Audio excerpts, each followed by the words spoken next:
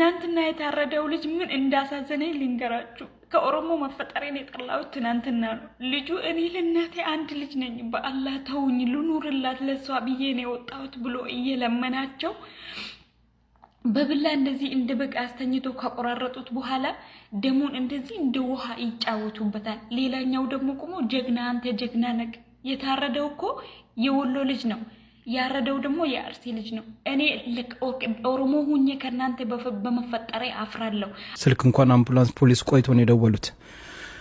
እሷም ልጇ አልመሰላትም ነበር። ልጇ ነበር እንግዲህ እናቴ ሁለት ጥሬን የተሰጠን ብሎ አልሙሂም ታሪኩ ሙሉ ከሷ ተሰሙታላችሁ።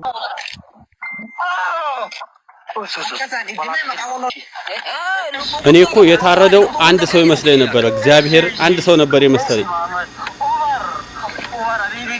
ሰርች ባሉ ሄዳችሁ ማለት ነው አርሲና ወሎ ብላችሁ ሰርች አድርጋችሁ ብትገቡ እዚሁ ቲክቶክ ላይ ማለት ነው ቴሌግራም ምናምን ተውት፣ እዚሁ ቲክቶክ ላይ እግዚአብሔር ቁጥር ስፍር የለው። ከአንድ እናት ሀገር ከአንዲት ምድር ኑሯቸውን ለማሻሻል በቀን አንዴ ከመብላት ሁለቴ ወደ መብላት ለመምጣት ብለው ይህንን ጠውላላ ሜዳ ተጉዘው ፀሐዩን፣ ብርዱን፣ ንፋሱን፣ ረሃቡን፣ ጥማቱን ተቋቁመው ያላቸውን እየተከፋፈሉ እየበሉ ሳይከፋፈሉ መንገድ ላይ ሳውዲ አረቢያ ደርሰው እንደ አላህ ፍቃድ መኖሪያ ማረፊያ አግኝተው ከጥማትም ከራብም ልብስ ከማጣትም ወጥተው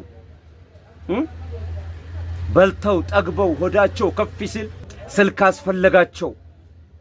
ስልክ ተገዛላቸው። ዳታ አይቸግርም፣ ዋይፋይ አለ በየቤቱ። ወደ ሶሻል ሚዲያ ብቃሉ ተቀላቀሉ። ያለምንም ሙቀት ያለምንም አይነት እፍረት ወደ ሚዲያ ተቀላቀሉ። ከዛ በኋላ የኔ ብሔር ትልቅ ነው፣ ብዙ ዘማች አለው፣ እርስ በርስ የመናናቂ የመጠላላትን ጽዋ ተጎነጩ። የኔ ይበልጥ ወደ መባባል መጡ። መስተዳደብ ጀመሩ። የአርሲው የጅማውን ንጉስ ይሳደባል፣ ጅማው የአርሲውን ንጉስ መሳደብ፣ አርሲው የወሎ ከሚሴን ንጉሶች ያለፉትን ታሪክ መሳደብ፣ ዝቅ አርጎ መመልከት፣ እንዲሁም አርሲው የወሎ ከሚሴን ዝቅ አርጎ መመልከት፣ እርስ በርስ መወቃቀስን ጀመሩ። ዛሬ 3 ዓመት 2 ዓመት ዛሬ ላይ እያያችሁ እርስ በርስ መወቃቀስ፣ እኔ ይበልጥ ማለት መጣ። ትላንት ያለፉበትን መንገድ የጠማቸውን ጥም የተራቡትን ራብ ልክ ሆዳቸው ሲሞላ ሁሉንም ነገር እርግፍ አርጎ ረስተው ብሔርና ዘራቸውን ከፍ ማድረግ፣ ያንዱን ዝቅ አርጎ የራሳቸውን ከፍ ማድረግ ጀመሩ። ውጤታቸው እንደምታዩት በላይቭ ላይ ያለምንም እፍረት ያለምንም ሰውነት የሚባለውን ክብር ስም ረስተው የሰውን ልጅ በአደባባይ ደመ ከልብ ሲያረጉ ተመለከትናቸው። ከዚህ በላይ ለሚዬ ኢትዮጵያ አሳፋሪ ትውልድ የሚባል መጥቶም አላለፈም ሊመጣም አይችልም። ምክንያቱም እስከ ዛሬ የሰማናቸው ታሪክ እንኳን ቢያንስ በጦርነት ሜዳ ላይ ጋሻውን ይዞ መሳሪያውን ይዞ የተጋደለ እንጂ በዚህ መልክ ላይቭ ላይ በተራ ጭቅጭቅ የተራረደ አንድም ሰው አላየንም። አዎ ከቅርብ ጊዜ ወዲህ ሶሻል ሚዲያ ከውስጡም ቲክቶክ ያደረገንን ነገር ስናይ ወላሂ መቼም ልንድን የማንችለውን ጠባሳ እኛ ላይ ያሳርፈዋል። ወንድም እህቶቼ አላህን ልንፈራ ይገባል።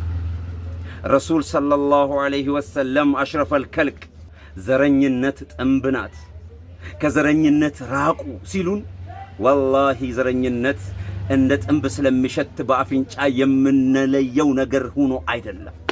ይሄው እንደምታዩት ላኢላሃ ኢላላህን የሚያስረሳ የሰውን ሰውነት የሚያስረሳ በአደባባይ የሰው ልጅ እንድትገል የሚያስነሳሳ ዘረኝነት ስለሆነ ነው ጥንብ ነው ብሎ ረሱል ሰለላሁ ዐለይሂ ወሰለም የገለጹት። አላህ ሱብሓነሁ ወተዓላ የፈጠረን ከአዋና ከአደም ነው።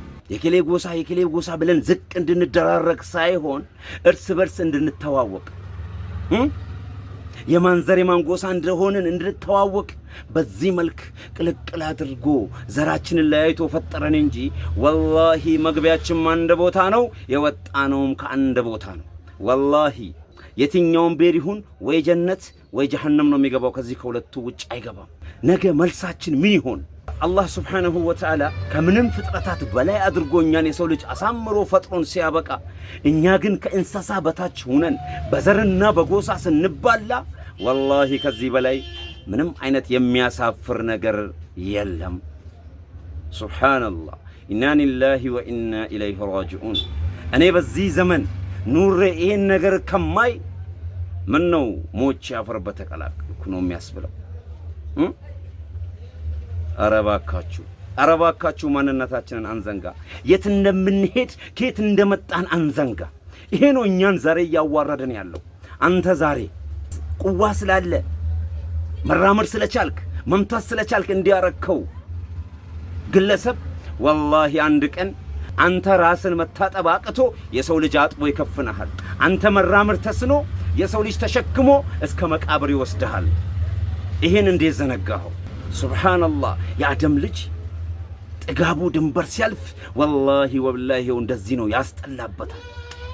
የትኛው እንስሳ ነው እርስ በርስ ሲተራረድ ያያችሁት?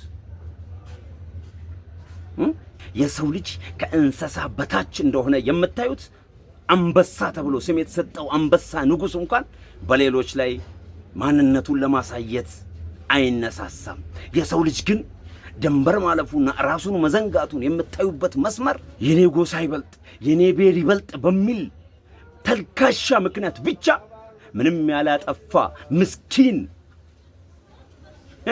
አረባካችሁ ለእናቴ ብዬ ነው ከሀገር የወጣሁት የሚልን ምስኪን ለማረዱ እንኳን ወደ ኋላ አይልም። ዘረኝነት ጠንበናት። ወላሂ እህት ወንድሞቼ ከዘረኝነት ራቁ ኢንሻአላህ። አላህ ሁላችንንም ሐቁ ጎዳና ላይ መርቶ የሰው ልጅን አክብረው በዱንያም በአክራም ከሚከበሩት ሰዎች አላህ ያደርገን ኢንሻአላህ። ላይክ ሰብስክራይብ